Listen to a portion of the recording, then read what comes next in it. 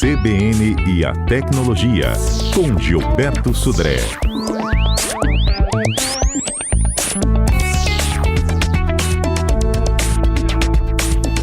Ei, Gilberto, bom dia.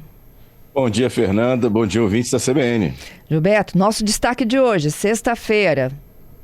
Exatamente, Fernanda. Nessas férias, muitas pessoas agora, muitas famílias, começam a se programar para viajar, né? E uma preocupação nessa hora é de que no hotel que você fez a reserva ou na pousada que você fez a reserva, tenha lá as câmeras escondidas, né? Filmando lá a intimidade das famílias, né, para isso. Então vamos falar um pouquinho sobre como utilizar técnicas até básicas para identificar a localização dessas câmeras, né? Para começar, vamos procurar, vamos entender aonde procurar, né? Ou seja, as câmeras normalmente elas são instaladas em locais que têm uma ampla visão do quarto ou do local ou do ambiente. Então, ninguém vai instalar uma câmera, imagino eu, uma câmera, no rodapé, né? Mas em locais mais altos, cantos de quartos, né? Em prateleiras que estão no alto, né? Isso tudo são locais interessantes. Então, como detetores de fumaça, tomadas que estão no alto, luzes noturnas ou de emergência que ficam no alto também. Pode ser um livro falso, né? Que está na prateleira, né? Um buraco na parede, até quadros também, ou bichos de pelúcia, tudo isso são locais que são possíveis de você instalar uma câmera, porque ela tem uma visão bastante ampla do espaço, né, do local, né? A câmera, ela pode estar toda escondida, mas tem uma parte da câmera que sempre fica exposta, que é a lente. Então, ou seja, provavelmente a câmera em si está fora da vista ou da visão, mas a lente precisa estar disponível e com o espaço aberto para para observar o espaço, o ambiente. Então, para isso é importante que você procure pelas lentes, né, da câmera, né, nesse caso. E aí uma coisa interessante que você pode utilizar é o seu próprio celular, né, para isso. O celular, a câmera do celular, ela detecta luz infravermelho, né, que são aquela luz utilizada que a gente não consegue enxergar, mas a câmera do celular consegue enxergar, que é a luz utilizada pelas câmeras para enxergar no ambiente escuro. Então, se você desligar a luz do quarto, né, ligar a câmera do seu celular e fazer uma varredura com a câmera do seu celular pelo espaço, se tiver uma câmera com o infravermelho ligado, né, você vai ver ela brilhar, né, exatamente como acontece, inclusive, você pode fazer o teste em controles remotos. Você pega o controle remoto, aponta para você, de televisão, por exemplo, né? E aperta o botão para mudar de canal, por exemplo. Você não vai ver nada, acender nada no aparelho. Mas se você colocar isso aqui em frente à câmera do celular, você vai ver que vai acender. Uma luz vermelhinha. Exatamente, porque aquilo ali é a luz infravermelho e aí a câmera do celular consegue localizar, mas nossa visão não consegue ver. Então, essa é uma outra questão bem interessante que você pode utilizar para identificar esse caso. Então, apagar a luz, né? E usar o seu celular para essa localização da câmera, né? Para isso aqui em si. Então, essa é uma questão bem interessante que você pode observar, né? Para isso. E aí, você pode utilizar, obviamente, que tem alguns equipamentos mais sofisticados para você detectar o sinal, né, de radiofrequência, porque normalmente essas câmeras são sem fio, né? Quem instalou não levou um fio até lá. Então, ela emite, não, ela transmite a imagem que ela capturou através de um sinal de radiofrequência. Normalmente é uma rede Wi-Fi, né? Que vai transmitir o sinal para um roteador, que vai depois para um servidor. Então, se você usar, e aí tem vários detetores de sinal de RF, né, disponível no mercado, é um equipamento que tem que ter um pouco de conhecimento para operar, mas você consegue localizar fontes de emissão de radiofrequência, ou seja, de rede Wi-Fi, no quarto. E aí você pode localizar ali a câmera que está escondida nesse local. Boa dica, hein? Eu já vi uns aparelhinhos vendendo aí na internet que dizem que também ajudam no rastrear. Você já viu? Também. Tem alguns aparelhos. Eu tenho um, inclusive, né? E aí? Eu tenho um analisador de espectro, que é bem mais completo, e tem esse aparelhinho também. Funciona bem. Ele, na verdade, o que ele mede é a intensidade do sinal. Então, você tem uma anteninha, você estende a anteninha, liga o aparelho e começa a varrer o quarto com esse aparelho. e ele vai detectar, e vai ter uma sequência de LEDs que é te mostrando a intensidade do sinal que ele está recebendo naquele momento. E aí, quando você chega perto da câmera, se ela estiver ligada, né, você vai ver que tem uma intensidade de sinal muito forte naquele local. Então, ou seja, alguém ou alguma coisa está emitindo ondas de radiofrequência, né, naquele local, e aí você pode desconfiar. Se, por exemplo, é uma prateleira cheia de livros, você chega com o dispositivo perto da prateleira e tem ali uma detecção de um sinal de radiofrequência muito forte, o que que um livro estaria emitindo ondas de rádio, né? Não faz sentido, e ali pode ter uma câmera instalada e escondida ali. Poxa vida, bom saber, viu? Então, o Tá? outro é mais profissa, né?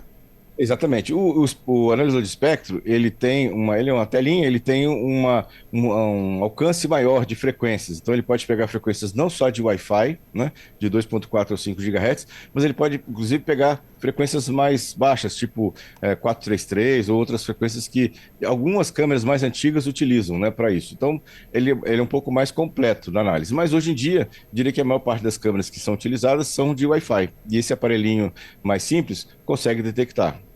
Entendido. Ó, gente, quem já tiver algum pouco aí de experiência, né? Não só em flagrar essas câmeras escondidas, como tem alguma estratégia diferente, pode ir mandando para cá, 992994297. E os nossos destaques da semana, Gilberto? Viralizou. Vamos lá, Fernando. Então, primeira notícia dessa semana que me chamou a atenção é a palavra slop. É uma palavra que foi escolhida pelo dicionário Merriam-Webster como a palavra de 2025. Né? Essa palavra significa, né, conteúdo digital de baixa qualidade. A gente até falou já aqui que as ferramentas de IA estão inundando a internet com um monte de conteúdo, né? E boa parte desses conteúdos são completamente inúteis ou são lixo, né? Ou seja, imagens mal formadas, textos mal escritos, né? Ou textos que não fazem nenhum sentido.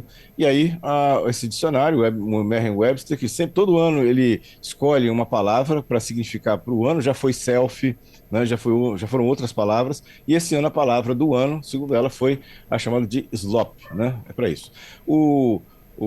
A parte lá do YouTube, né, e do TikTok já anunciaram ao longo desse ano medidas para reduzir a profusão desse tipo de conteúdo, inclusive desmonetizando conteúdos considerados de má qualidade. Interessante aí, temos uma palavra eleita, né, a palavra do ano de 2025 para isso. É conteúdo de baixa qualidade, então? Exatamente, conteúdos de vídeos, fotos, né, e textos gerados por ferramentas de IA de baixa qualidade, tanto na questão de algum defeito da imagem ou do vídeo, ou mesmo um texto que não tem nenhum significado concreto, né? Mais uma encheção de espaço, né? De linguiça, né? Como dizem na gíria, no popular. Né? Para isso. E eu nunca tinha ouvido falar dessa palavra.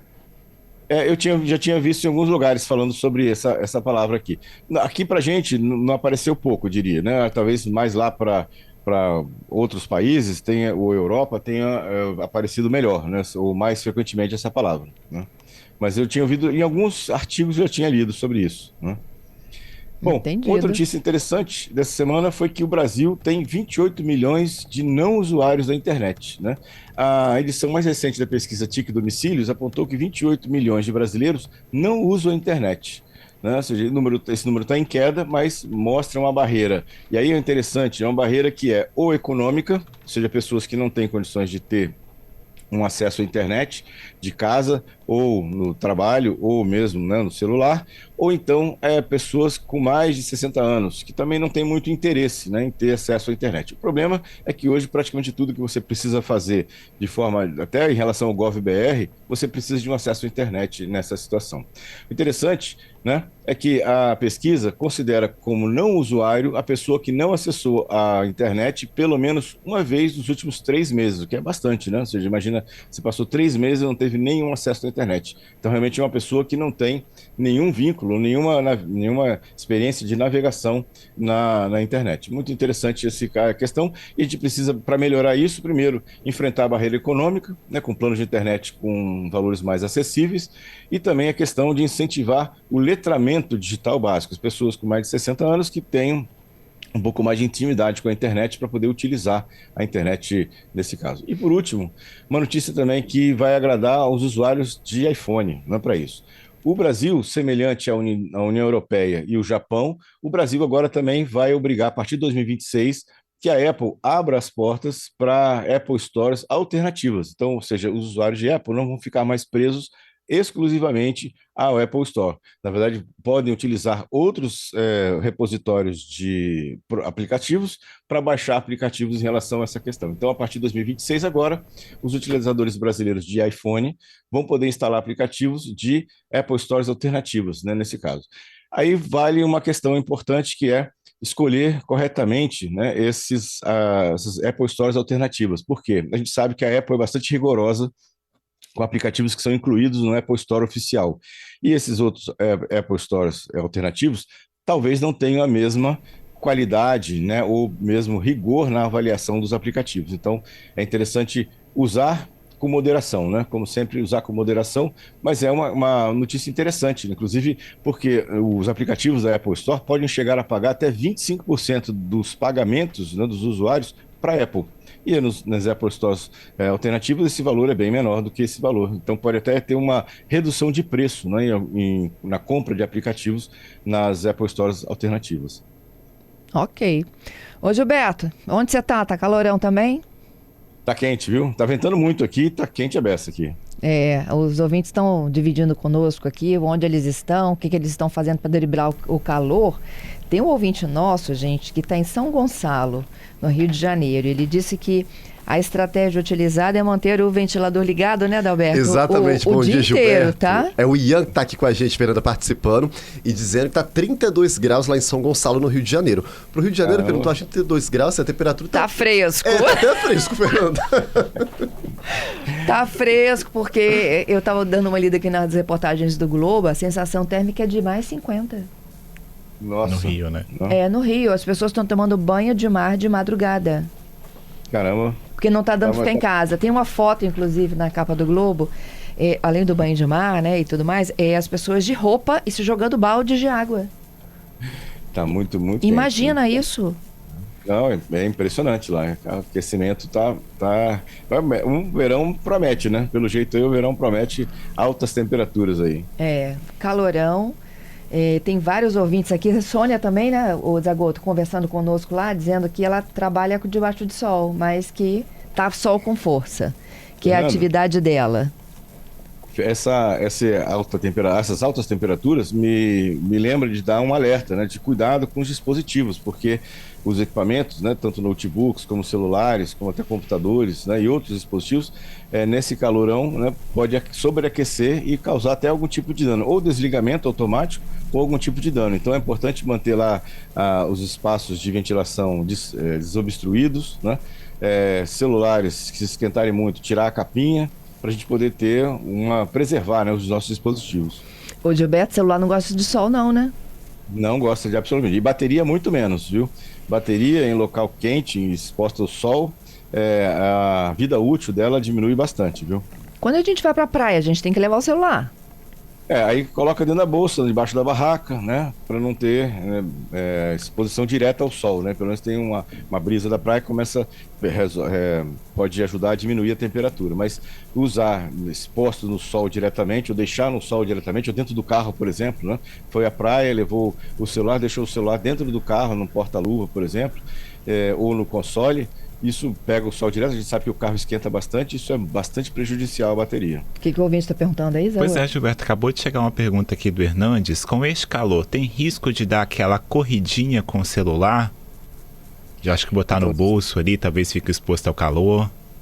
Se não ficar assim, aquelas bandas que colocam no braço, que ele fica exposto ao sol, isso talvez aqueça bastante o celular. Se você vai colocar dentro de um bolso, né, da sua calça ou da camisa, muitas vezes tem, aí é menos problemático, né, de você usar o celular dessa forma. Pois tem a Sônia, a gente achou a Sônia aqui. A Sônia mora em Jardim da Penha e ela está nos contando aqui que ela trabalha com vendas no calor, né? E aí para ela é um bom negócio. Tem um outro ouvinte aqui, o Renato, dizendo que ele não confia em quem gosta de sol. Fernanda, eu queria rapidinho compartilhar uma experiência com o Gilberto, até para dar dica para os nossos ouvintes aqui, porque ontem, Gilberto, eu passei por uma situação muito complicada, Gilberto, envolvendo celular. Conte aí. Gilberto, eu coloquei meu celular próximo à piscina. E aí eu dei aquele mergulho na piscina e quando eu fui ver, Gilberto, meu celular foi parar dentro da água, Gilberto. Eu assim, por alguns segundos, Fernando, eu achei que eu não ia sobreviver àquele momento. E aí, como eu já lembrei de algumas dicas do Gilberto, o que eu fiz, Gilberto, para os ouvintes? Rapidamente, eu tirei o celular, tirei a capinha, sequei ele numa toalha e coloquei dentro de um saco de arroz. E deixei Você fez ele isso tudo? rapidamente, Fernanda. E deixei ele dentro do arroz por volta ali de meia hora. Gilberto, até o momento ele Gilberto, sobreviveu. ele tá vendo muito rios, não tá, Gilberto? Exatamente. Essa questão... O arroz foi só confete. Exatamente. Você fez certo ter tirado a capinha, enxugado, deixado ele desligado. Importante você desligar o celular imediatamente, né, quando acontece isso. Tirar a capinha e secar a parte externa do celular e deixar ele em repouso. Não no sol, mas no local ventilado. Para isso. O saco de arroz, infelizmente, é uma crença, né? Porque não adianta de nada, viu? Isso aí. Gilberto já explicou isso. Já aqui. explicou, mas eu sobreviveu, Gilberto tá aqui. Ó, a Silvana tá dizendo, Gilberto, que dormiu com o celular embaixo do travesseiro. Faz isso não, Silvana. Fala aí, Gilberto. E ela diz que Exatamente, isso também. o aparelho esquentou Aquecimento- rapidamente. Exatamente, aquecimento é problemático para isso, viu? Não tem, né, assim, é recomendado não fazer isso, Né? É Aham. isso, são das contribuições aqui dos nossos ouvintes, alguns com muito calor, outros com pouco calor e todo mundo participando conosco. 80% dos internautas lá no YouTube estão dizendo que estão abraçando o ventilador hoje, hein? Tá quente, realmente tá bastante quente hoje lá. Tomara que continue no final de semana pra gente pegar uma praia, né? Pelo É menos. isso. Tudo de bom pra você, Gilberto. Obrigado, Fernanda, obrigado aos ouvintes pelas participações. Cuidado com o seu celular, viu, Adalberto, aí, né? Uma excelente Eu acho que semana o pra celular tá todos. dando indícios de que ele precisa trocar. Na verdade, ele já precisava trocar há muito tempo, sabe? Mas é um menino exato. contido, então... Ele tá sobrevivendo, mas eu tô achando que tá chegando a hora, Fernanda. Exatamente, viu? Grande abraço para todos, bom final de semana e até quarta-feira com mais tecnologia. Até quarta-feira.